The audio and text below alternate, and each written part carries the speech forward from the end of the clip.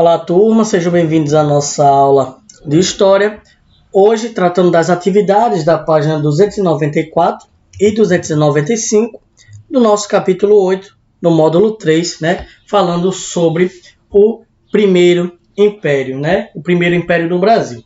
Então, questão 1. Leia a seguir um trecho da Constituição de 1824 e depois responda às questões. Então, está aqui, Constituição Política do Império do Brasil, de 25 de março de 1824.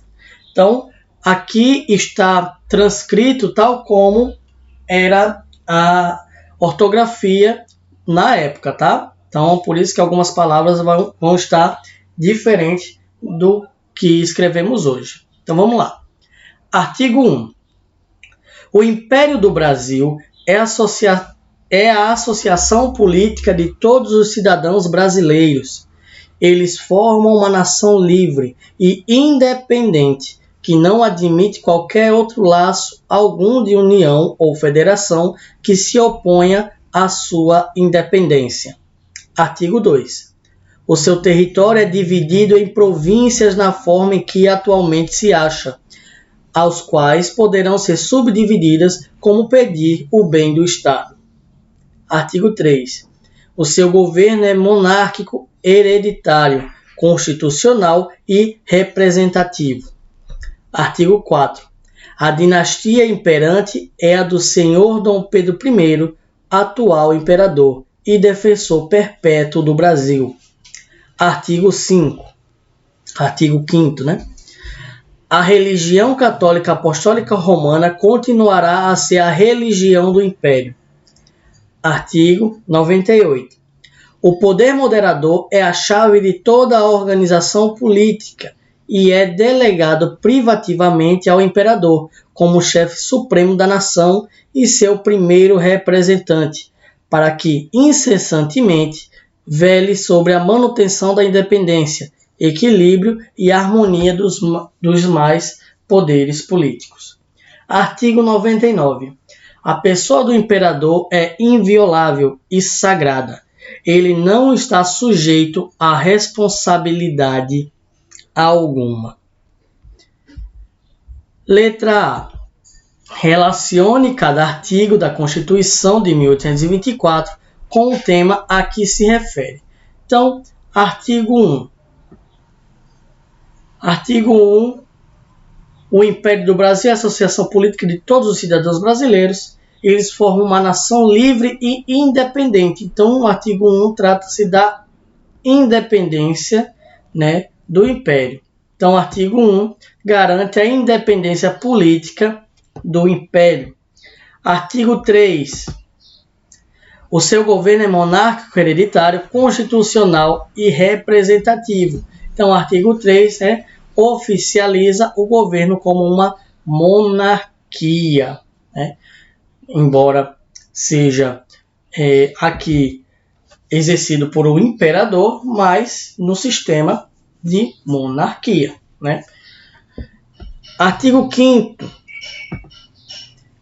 A religião católica apostólica romana continuará a ser a religião do Império. Então, institui a religião oficial do Império. E o artigo 98 cria o poder moderador. O poder moderador é a chave de toda a organização política. Letra B. Segundo a Constituição de 1824, qual era a função do poder moderador? Resposta.